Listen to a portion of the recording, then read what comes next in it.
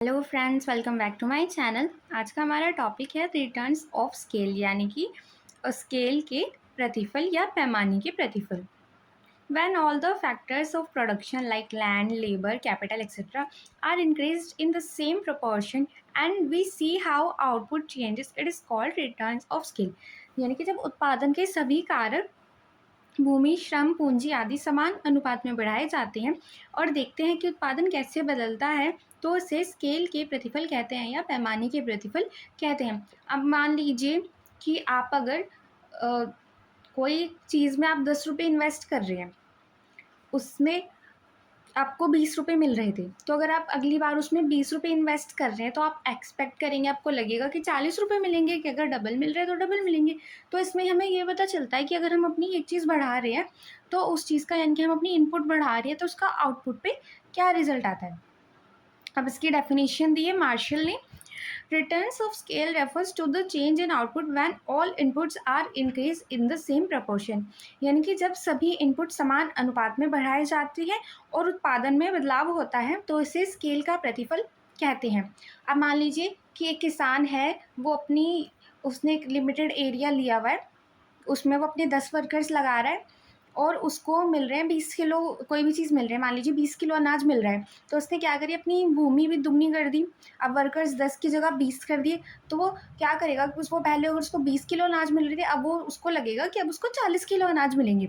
तो जो वो चेंज इनपुट, यानी कि हमारी जो वर्कर्स थी, हमारी जो लैंड थी, वो हमारी इनपुट हो गई, और जो हमारी आउटपुट है, यानी कि जो हमारी फसल है, में अनाज मिला है, वो हमारी आउटपुट होगी। तो इनमें अगर हम एक रेशियो बढ़ा रहे हैं, यानी कि हमने अपनी इनपुट को डबल करा है, तो हम एक्सपेक्ट करेंगे कि हमारी आउटपुट भी डबल हो। वही हमारी पैमाने के प्रतिफल या रिटर्न्स ऑफ टू स्केल्स कहलाते हैं। अब इसके टाइप्स क्या होते हैं। इंक्रीजिंग रिटर्न्स टू स्केल, यानी कि बढ़ते प्रतिफल, यानी कि when inputs are increase in a certain proportion and output increase in a greater proportion.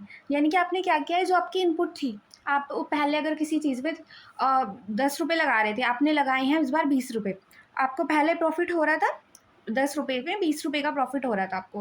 अब आपको 20 रुपये लगवाने पे 40 की जगह 45 रुपये का प्रॉफिट हो गया, यानी कि आपने जो इन्वेस्ट करा है वो डबल रेशियो में, पर आपकी जो आउटपुट आई है वो डबल से ज़्यादा आई है। तो वहाँ पे क्या हो गया, आपके बढ़ते पैमाने का प्रतिफल। यानी कि जो यहाँ पे एग्जाम्पल भी दिया हुआ है, लेबर एंड कैपिटल और डबल। यानी कि आपने क्या की, आपकी जो लेबर और कैपिटल थी वो डबल कर दी, यानी कि 2 थी, आप उसने उसको 4 कर दी, पर आपको आउटपुट 4 की जगह 5 मिला है। तो इससे क्या होगी, आपकी डबल से भी ज़्यादा बढ़ रही है, तो यानी कि आपका बढ़ते पैमाने का प्रतिफल है। उसके बाद आपने क्या की, कांस्टेंट रिटर्न टू स्केल है, यानी कि when input are increase in a certain proportion and output also increase in the same proportion. यानी कि आपने जितने रेशियो में अपने इनपुट को बढ़ाया है, आपके जो प्रोडक्शन है, आपकी जो आउटपुट है, वो भी उसी रेशियो में है। यानी कि आपने क्या की, लेबर और कैपिटल को आपने डबल किया, तो आपकी आउटपुट भी डबल हो गई। यानी कि आपने 2 लगाई थी, तो आपकी आउटपुट भी 2 से 4 हो गई। उसके बाद decreasing returns to scale, when input are increase in a certain proportion but output increase in a lesser proportion. यानी कि जब इनपुट किसी अनुपात में बढ़ते हैं लेकिन उत्पाद कम अनुपात में बढ़ते हैं, उत्पादन।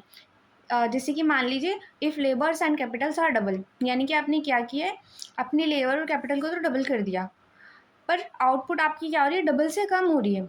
या फिर आप दूसरा एग्जांपल ले लीजिए कि आपने कोई चीज़ इन्वेस्ट कर रहे थे, आप पहले पहले आपको 10 रुपये लगाने पर आपको 20 रुपये टोटल मिलते थे, यानी कि डबल फ़ायदा होता था। 10 रुपये आपने लगाए, 10 रुपये का फ़ायदा हो रहा था।